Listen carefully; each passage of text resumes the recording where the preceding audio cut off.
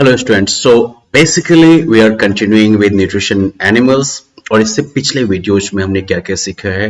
तो बेसिकली हमने ये सीखा कि एनिमल न्यूट्रिशन कैसे काम करता है। होलोजोइक न्यूट्रिशन के बारे में हमने जाना, what are the different stages of holozoic nutrition वो हमने जाना। और इसके अलावा जो है अमीबा के केस में हमने ये देखा कि होलोजोइक न्यूट्रिशन कैसे होता है अमीबा में, है कि नहीं। अब जो है हम लोग इसी होलोजोइक न्यूट्रिशन को देखेंगे कि ह्यूमंस में होलोजोइक न्यूट्रिशन का किस तरह का सिस्टम है। Because see like amoeba and humans very different, right. Amoeba unicellular organism है, राइट, सिंगल सेल का ऑर्गेनिज्म है, जबकि ह्यूमंस जो है हमारे अंदर ट्रिलियंस ऑफ सेल्स हैं। तो इसलिए ह्यूमंस के केस में जो है डाइजेस्टिव सिस्टम जो होगा वो डिफरेंटली काम करेगा। और आज के इस लेक्चर में हम लोग जो है मेनली उसी ह्यूमन डाइजेस्टिव सिस्टम को पढ़ने वाले हैं। So it is going to be a slightly long session, but well, hopefully it will be fun because learning is fun, right? So let's start. Now human beings की अगर हम बात करें तो human beings also follow the holozoic mode of nutrition. However, चूंकि like human beings जो हैं वो काफी कॉम्प्लेक्स ऑर्गेनिज्म है अमीबा के कंपैरिजन में। That is why the nutrition in a human being is far more complex than it is in an amoeba. Okay, amoeba के comparison में ह्यूमंस का जो न्यूट्रिशन का प्रोसेस है या सिस्टम है ये काफी ज्यादा कॉम्प्लेक्स है। Now human beings ingest food through the mouth. इंसान जो है वो हमें ये पता है कि होलोजोइक न्यूट्रिशन जो है वो इंजेक्शन ऑफ फूड के साथ शुरू होता है, राइट। तो ये जो इंजेक्शन का प्रोसेस है, this injection happens through the mouth, right. मुंह के साथ हमारा जो है इंजेक्शन करते हैं और जैसे ही हम इंजेक्शन इंजेस्ट करते हैं फूड को, वहां से डाइजेशन शुरू हो जाता है। Now, once ingested, this food passes through a long tube that starts from the mouth and extends up to the anus. This tube is called the alimentary canal or the digestive tract. Okay? एक बार जैसे ही food को हम ingest करते हैं तो वहां से एक लंबा ट्यूब शुरू होता है जो माउथ से लेके और एनस तक जो है फैला होता है, और इसी पूरे ट्यूब को कहते हैं एलिमेंट्री कैनाल या फिर digestive tract. Okay, now it has several parts, but before we move into like talking about those parts, let's just watch this video. This will provide you an overview of this whole like alimentary canal or digestive tract.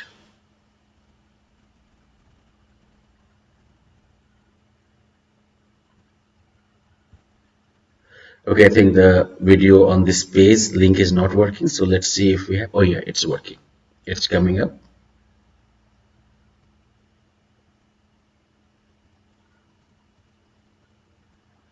Human digestive system. Let us learn all the parts in our body that constitute our digestive system. Human beings ingest food through the mouth. The ingested food passes through a long tube that starts from the mouth and twists its way down to the anus. This continuous canal is also known as the alimentary canal or digestive tract. The mouth is the first organ in the alimentary canal. It is also called the buccal cavity. Then we have the food pipe or the esophagus, stomach, small intestine, large intestine, ending at the rectum and the anus. The salivary glands, the liver, and the pancreas are also associated with the canal. All these parts together with the glands form the digestive system. So well, all of you watched this video and it definitely gave you an overview of the whole digestive tract, right? अब जब हम लोग digestive tract से familiar हो ही गए हैं तो अब जो है इस पूरे डाइजेस्टिव सिस्टम को हम जो है फॉलो करते हैं। तो हमने क्या देखा कि पूरा का पूरा एलिमेंट्री ब्यूकल कैविटी से शुरू होके और एनस तक ये पूरा का पूरा जो पाइप है या ट्यूब का जो ये सिस्टम है, this is called the alimentary canal, right. So starting from this point and then up to this point, right? This is the alimentary canal and इसमें जो है ये जो liver है, liver भी इसके साथ जो है digestive tract का हिस्सा है हमारा। स्टोमक के ठीक नीचे यहां पर एक छोटा सा पार्ट आप देखिएगा, यहां पर ये जोन में ये जो है पैनक्रिया है। तो चाहे ये लिवर हो या फिर जो है ये पैनक्रिया हो, ये भी जो है हमारे डाइजेस्टिव सिस्टम में एक इंपॉर्टेंट रोल प्ले करते हैं। Now later on we will be talking about all these parts, तो इसलिए आप जो है इंपॉर्टेंट है कि आप जो है इस डायग्राम को अपने सामने रखें हमेशा जब हम इन डिफरेंट पार्ट्स के बारे में बात करेंगे और उनके फंक्शन के बारे में बात करेंगे। Now this like this organ, I mean you can say mouth, esophagus, then stomach, small intestine, large intestine, rectum, anus, ये पूरा का पूरा जो है डाइजेस्टिव ट्रैक्ट आपका है। और इसके अलावा डाइजेस्टिव ग्लैंड्स हैं जैसे कि लिवर और पैनक्रिया, ये दोनों जो है डाइजेस्टिव ग्लैंड्स के एग्जाम्पल हैं। ये जो है एंजाइम्स रिलीज करते हैं, ये डाइजेस्टिव जो है जूसेस रिलीज करते हैं, बेसिकली नॉट एंजाइम्स ओनली, ठीक है ना। ये जो है डाइजेस्टिव जूसेस रिलीज करते हैं जो कि फूड के ब्रेक डाउन में हेल्प करता है। बेसिकली जितने भी ये एंजाइम्स होते हैं ये क्या करते हैं, तो ये केमिकल रिएक्शंस के लिए जो है ये केमिकल रिएक्शंस के स्पीड को बढ़ा देते हैं। ये खुद जो है अनचेंज रहते हैं लेकिन ये केमिकल रिएक्शंस के स्पीड को जो है बढ़ा देते हैं। और ये जो है pancreas, liver, they are actually like usually playing that whole process. अब पहले जो है हम डिफरेंट ऑर्गन्स और ग्लैंड्स के बारे में जो है बात कर लेते हैं उनका क्या रोल होता है। तो सबसे पहला जो ऑर्गन है एलिमेंट्री कैनाल का, that is our mouth, right, this is the first organ. इसका दूसरा नाम क्या हो गया, ब्यूकल कैविटी। तो यहां पर जो है तीन आपके की पार्ट्स हो गए जो कि डाइजेशन में रोल प्ले करते हैं, teeth, tongue and the salivary glands. इन सभी को हम जो है अलग अलग देखेंगे। ऑलराइट, डाइजेशन जो है वो माउथ से शुरू हो जाता है जब हम फूड को च्यू करते हैं। टंग, जॉज और टीथ ये सब जो है एक साथ काम करते हैं और मैकेनिकली फूड को जो है ये तोड़ते हैं पहले।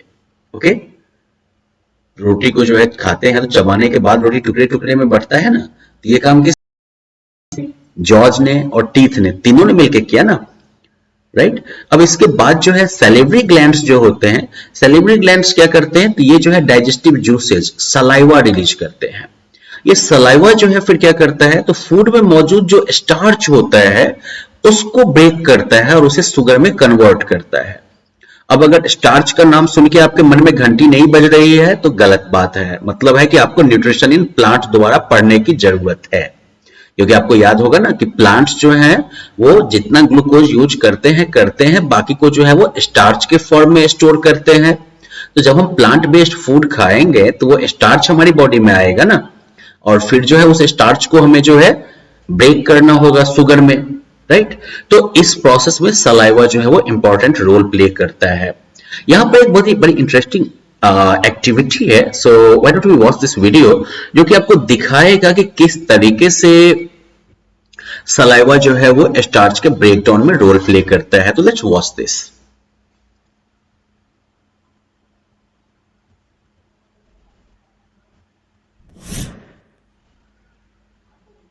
Welcome to the Science Lab. Do you know that digestion of food starts inside our mouth? When you chew your food, you will notice a watery liquid being secreted that helps to lubricate our food and help us swallow it. This liquid is saliva produced by the salivary glands inside. So basically जब मुंह खाना आप मुंह में लेते हैं तभी तो आपके मुंह से वो पानी जैसा निकलता है, वो बेसिकली सलाइवा है। तो सलाइवा जो है वो क्या करता है, तो फूड में स्टार्च का ब्रेक डाउन करता है, साथ साथ फूड को ये स्लिपरी बना देता है, फिसलनदार बनाता है। तो इससे जो है फूड को एसोफेगस के रास्ते नीचे जाने में भी सहूलियत होती है। ये पूरा का पूरा ये एसोफेगस का ही पार्ट देख रहे हैं, इसे फूड पाइप भी कहते हैं। तो इसके मसल्स जो होते हैं वो फूड को जो है डाउनवर्ड पुश करते हैं। उसके बाद जो है फूड आपका आता है स्टमक में, जहां पर कि ये एसिड वगैरह से मिलता है, डाइजेशन जो है फर्दर यहाँ पर आगे होता है। आगे जाके जो है इधर आपके लीवर, पैनक्रिया, इससे भी कुछ जूसेस आके इसमें मिलते हैं। फिर स्मॉल इंटेस्टाइन में आकर जो है न्यूट्रिएंट्स का और फर्दर जो है डाइजेशन होता है और न्यूट्रिएंट्स का एब्जॉर्प्शन होता है, और जो अनडाइजेस्टेड फूड रहता है वो कोलोन के रास्ते से फिर आगे बाहर निकल जाता है ना। लेकिन ये जो एक्टिविटी है, this activity is primarily focused on the role of saliva. So let's watch this entire activity. Saliva contains an enzyme called amylase or ptyalin that breaks down complex food molecules into simpler ones. In this experiment, we will study the role of saliva in the digestion of food and its effect on starch. The apparatus and the materials that you require to perform this experiment are test tubes, iodine solution, water, boiled rice, and chewed boiled rice. Let's get started. Take 2 test tubes and label them as A and B respectively. In test tube A, put 1 teaspoonful of boiled rice, and in test tube B, put 1 teaspoonful of chewed boiled rice. Add about 4 milliliter of water in each of the test tubes. Now, add 2 drops of iodine in each of the test tubes. What do you observe? You see that the color of solution in test tube A turns blue-black, whereas no change takes place in test tube B. Why does it happen? Boiled rice is rich in starch. When iodine is added to test tube A, it reacts with the starch in the rice to give blue-black color. However, starch in the chewed boiled rice is broken down into simpler sugar by the enzymes present in the saliva. Therefore, no change is observed in test tube B. You have now successfully completed this experiment. So hope you understood this activity, and hopefully we can perform it in our lab as well, right? Now, as you have understood the role of saliva in the digestive system or digestion process, now let's talk about teeth. Okay, teeth जो है ये बड़े hard होते हैं, और ये जो है आपके गम्स के अलग अलग सॉकेट्स में देखते हैं, पैक रहते हैं, देखते हैं सभी दांत का अपना अलग अलग सॉकेट है, राइट? और टीथ के ऊपर जो है एक व्हाइट कलर का जो है बड़ा जो है सख्त टाइप का कवरिंग होता है. This is called enamel. Okay, they are covered with white substance called the enamel. ये इनेमल जो है कह सकते हैं कि आपकी बॉडी का सबसे मजबूत वाला लेयर है, एक्चुअली सबसे मजबूत पार्ट है ये. ओके, और ये जो है आपके दांत को प्रोटेक्ट करता है. अब टीथ का काम क्या है? तो function of the teeth is to cut, chew and break the food into smaller particles, right? दांत का काम तो यही हो गया ना कि खाने को जो है काटना, चबाना और छोटे छोटे टुकड़ों में बांटना. यही जो है काम हो गया आपके टीथ का. अब नॉर्मली जो है हम लोग के लाइफ टाइम में 2 सेट ऑफ टीथ आते हैं. ओके, 2 सेट्स ऑफ टीथ आते हैं एक लाइफ टाइम में. पहला वाला जो है वो टेम्परेरी टीथ कहलाता है, जिसे हम लोग दुधा दांत भी कहते हैं, मिल्क टीथ. एंड दूसरा सेट जो होता है that is called permanent teeth. Okay, temporary teeth जो है it start to develop when a child is around 4 to 6 months. Okay, जब बच्चा 5 से 6 महीने का होता है तब ये टेम्परेरी दांत आना शुरू होता है, और ये 6 to 10 years की एज जाते जाते जो है ये गिर जाता है. Now temporary teeth are replaced by the permanent teeth that are larger. तो जब ये टेम्परेरी टीथ गिरते हैं तो इनको रिप्लेस किससे किया जाता है? परमानेंट टीथ से, और इनका साइज जो है बड़ा होता है, they are larger. Now they are 32 in number, 16 is each jaw. ये जो टोटल 32 होते हैं, हर एक जबड़े में 16 होंगे. Now they can last a lifetime and hence they are known as permanent teeth. Okay? ये जो टीथ हैं ये मोटा मोटी भर जीवन चलते हैं और इसलिए इन्हें परमानेंट टीथ कहते हैं. Now they may fall off because of an accident or a fall or an infection in the tooth. ये जो है किसी एक्सीडेंट, गिरने की वजह से या दांत में कोई इन्फेक्शन हो जाए, इसी वजह से ये गिरेंगे, अदरवाइज ये नहीं गिरते हैं. अब ये परमानेंट टीथ जो हैं ये 4 टाइप के होते हैं: incisors, canines, premolars and molars. इन सबका अपना अलग अलग काम है. Incisors, canine, premolar and molar. Incisors काटने के काम में आएगा, कैनाइन जो है वो चीरने फाड़ने के काम में आएगा, और प्री मोलर और मोलर जो है बेचारे ये जो है चबाने के काम में आते हैं, च्यूइंग के काम में आते हैं. हमारे माउथ में जो है टीथ का जो डिस्ट्रीब्यूशन है वो आप यहाँ पर देख सकते हैं. इंसिजर्स 8 के सेट में, आई मीन 4 नीचे 4 ऊपर. कैनाइन्स भी जो है 4 नीचे 4 ऊपर, है ना. And let's see if we have video available on this.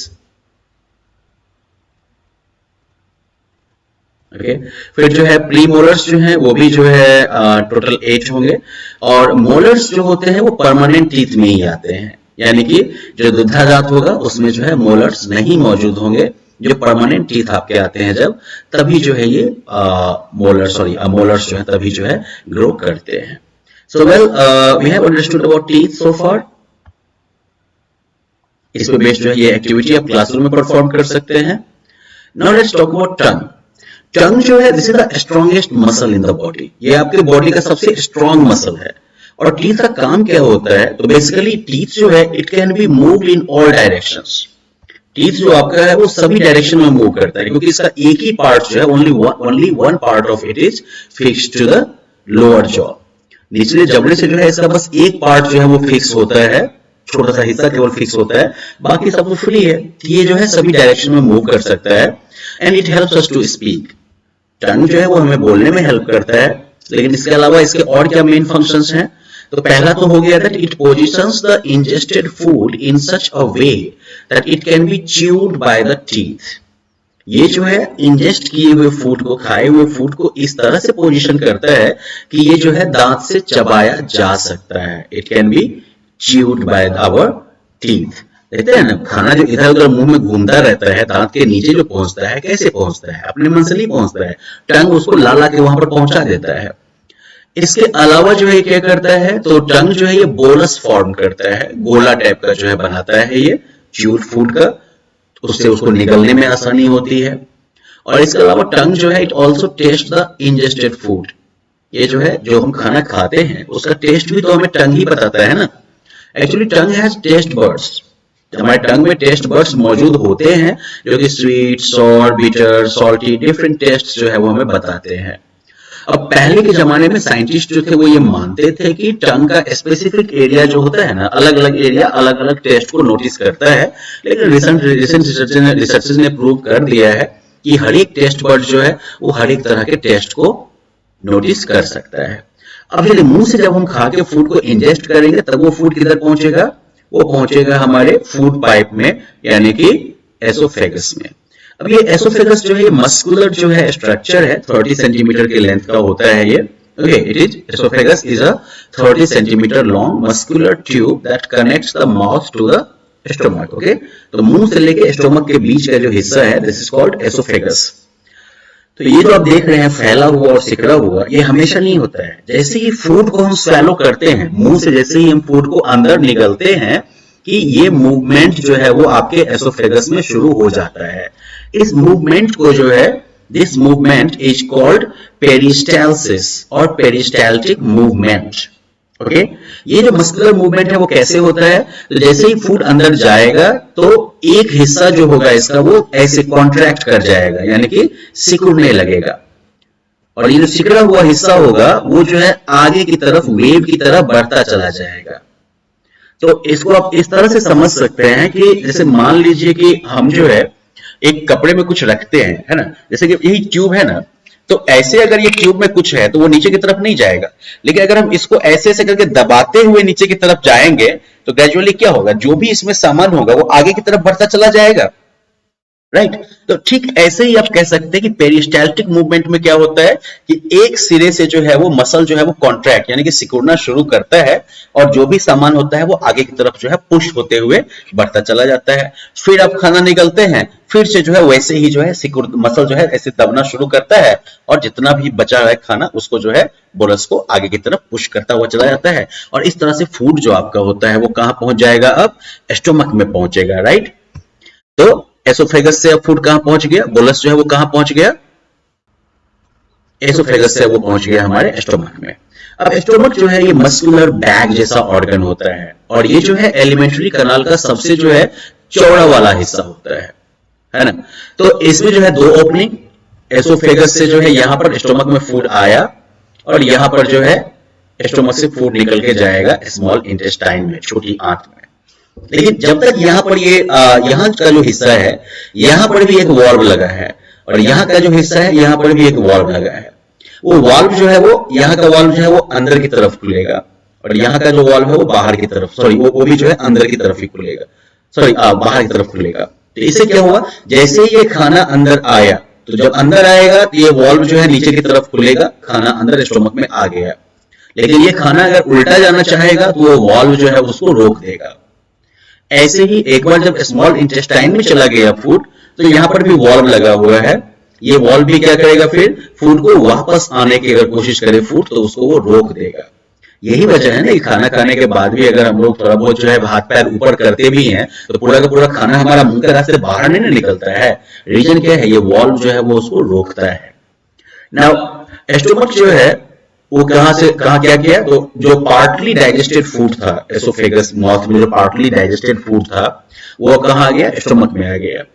Stomach क्या करेगा, तो स्टमक जो है वो काफी मस्कुलर स्ट्रक्चर है, तो ये फूड को बढ़िया से पीसता है, ग्राइंड करता है, और इसी टाइम में जो है स्टमक जो है हाइड्रोक्लोरिक एसिड रिलीज करता है, and it kills microorganisms and provides an acidic medium for effective digestion। तो स्टमक जो होगा वो हाइड्रोक्लोरिक एसिड रिलीज करेगा जो कि माइक्रो ऑर्गेनिजम्स को मारता है और प्रॉपर डाइजेशन के लिए एक एसिडिक मीडियम तैयार करता है, एसिड वाला जो है माहौल तैयार करता है, वो डाइजेशन के लिए बढ़िया होता है।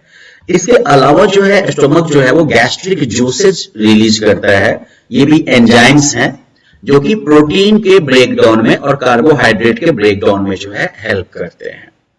अब आप कहिएगा कि जब हाइड्रोक्लोरिक एसिड यानी कि एसिड जो है वो तो जला देता है स्किन को, है कि नहीं, तो पेट हमारा जो है स्टमक जो है वो एक और काम करता है, जो इनर वॉल होता है स्टमक का वो जो है म्यूकस भी रिलीज करता है। म्यूकस जानते हैं ना, जब आप खांसते वास्ते हैं तो कफ जैसा जो निकलता है आपका, that is also mucus actually, है ना। तो ये म्यूकस जो ऐसा ही जो है म्यूकस का एक लेयर जो है आपके स्टोमक वॉल पर भी क्रिएट होता है।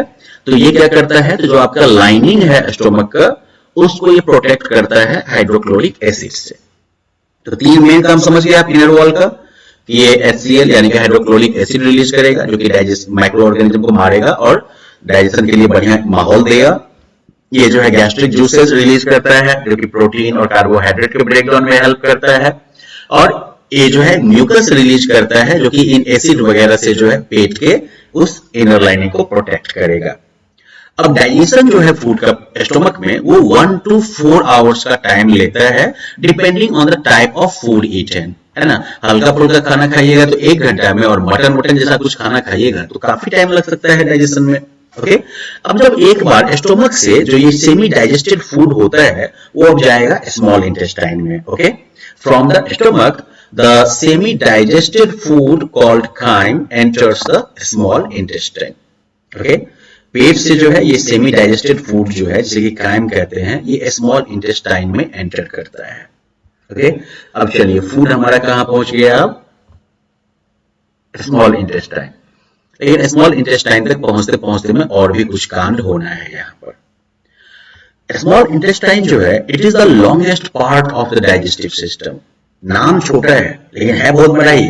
Okay, it is the longest part of the digestive system, ये डाइजेस्टिव सिस्टम का सबसे लंबा पार्ट है। It is a coiled tube about 7 metres long, ये जो है 7 मीटर लंबा जो है लगभग मुड़ा सा जो है ट्यूब है। When the food enters the small intestine, it mixes with bile and the pancreatic juice। Stomach से फूड जो है वो स्मॉल इंटेस्टाइन में एंटर करेगा, और इन द मीन टाइम जो लीवर और पैनक्रिया आपने देखा था ना, तो लीवर से जो है बाइल जूस निकलेगा और पैनक्रिया से जो है पैनक्रियाटिक जूस निकलेगा, और दोनों आके जो है फूड में मिल जाएगा। अब लीवर जो है वो क्या है, आपको पिछले पेजेस से याद होगा, if U turn you 2 pages back जहां पर पूरा एनाटॉमी दिया हुआ था, आपने देखा था कि स्टोमक के ठीक ऊपर वाले हिस्से में जो है एक मोटा मोटी जो है गहरे लाल रंग का एक ग्लैंड लोकेटेड था, काफी बड़ा, स्टोमक से भी थोड़ा बड़ा, दैट इज कॉल्ड लीवर। तो लीवर जो है इट सीक्रेट्स बाइल, और इस जो बाइल सीक्रेट करता है वो बाइल जो है नीचे जो ग्रीन कलर का आपने देखा होगा डायग्राम में, उस गॉल ब्लैडर में आकर जो है बाइल ये स्टोर रहता है। ओके, और ये बाइल जूस क्या करता है, तो फैट के जो लार्जर ड्रॉपलेट्स होते हैं, फैट के जो बड़े बड़े मॉलिक्यूल होते हैं, उन्हें ये छोटे छोटे टुकड़े में तोड़ता है। तो यानी कि ये बाइल जूस जो है कहां से प्रोड्यूस हुआ, लीवर से, स्टोर कहां है, गॉल ब्लैडर से, गॉल ब्लैडर से ये कहां पर आकर मिलता है फूड में, स्मॉल इंटेस्टाइन में, और करता क्या है ये, तो जो लार्जर फैट ड्रॉपलेट्स हैं उनको ये स्मॉलर ड्रॉपलेट्स में ब्रेक करता है। और स्टोमक के ठीक नीचे छोटा सा पार्ट जो मैंने आपको मार्क करके बताया था, दैट इज पैनक्रिया, ये क्रीम कलर का होता है, पत्ते के शेप का होता है, और ये स्टोमक के ठीक नीचे लोकेटेड होता है। Now it secretes the pancreatic juice, ये जो है पैनक्रियाटिक जूस रिलीज करता है, सिक्रेट करता है, which breaks down starch, proteins and fats into simpler form, जो कि स्टार्च, प्रोटीन, फैट इन सबको सिंपलर फॉर्म में ब्रेक करता है पैनक्रियाटिक जूस। स्मॉल इंटेस्टाइन जो है it also produces digestive juices, okay, small intestine जो है ये भी कुछ डाइजेस्टिव जूसेस प्रोड्यूस करता है which help to complete the digestion of all the components of food, जो कि फूड के सभी कंपोनेंट्स के डाइजेशन में हेल्प करता है। अब जो है इसमें देखते हैं जो इनर वॉल होता है स्मॉल इंटेस्टाइन का, the inner walls of the small intestine has millions of finger like projections called villi. Singular हुआ विलस और इसका प्लूरल हो गया विलाई। ये आप देख रहे हैं ना, स्मॉल इंटेस्टाइन हो गया ये आपका, और स्मॉल इंटेस्टाइन के ऊपर देख रहे हैं ये विलाई, विलाई जैसा देख ये ऐसा ऐसा ऐसा उंगली उंगली जैसा थोड़ा स्ट्रक्चर जो बना हुआ है, ये आपका एक विलाई हो गया। ये जो पूरा प्रोजेक्शन देख रहे हैं, this is one villi, one villous. और पूरे कह सकते हैं कि स्मॉल इंटेस्टाइन के वॉल पर जो है, जो 7 मीटर से ऊपर जो क्वाइल्ड पूरा है आपका स्मॉल इंटेस्टाइन, उस पर मिलियंस ऑफ विलाई का ऐसा ही जो है पूरा सिस्टम बना होगा, ऐसा ऐसा। ठीक है, अब ये विलाई जो होते हैं इनमें जो है ब्लड वेसल्स काफी मौजूद होते हैं, जैसे आप देख सकते हैं ना यहाँ पर विलाई के अंदर, हर एक विलाई के अंदर जो है आपका आर्टरी घुसा हुआ है ना, सॉरी ब्लड कैपिलरी घुसा हुआ है। ये जो आप रेड और ग्रीन देख रहे हैं, दीज आर ब्लड कैपिलरीज। ये ब्लड कैपिलरीज यहाँ पर मौजूद होती हैं। तो विलाई जो है ये 2 इंपॉर्टेंट काम करके जाता है। ओके, विलाई क्या करता है कि विलाई जो है वो क्या करता है, तो वो जो है स्मॉल इंटेस्टाइन के सरफेस एरिया को बढ़ा देता है। अब जैसे कि मान लीजिए कि आपका स्मॉल इंटेस्टाइन का इतना से इतना स्पेस हुआ, ये तो बड़ा छोटा स्पेस हो गया ना, लेकिन इसी पर विलाई के स्ट्रक्चर की वजह से क्या होगा, तो देखिए तो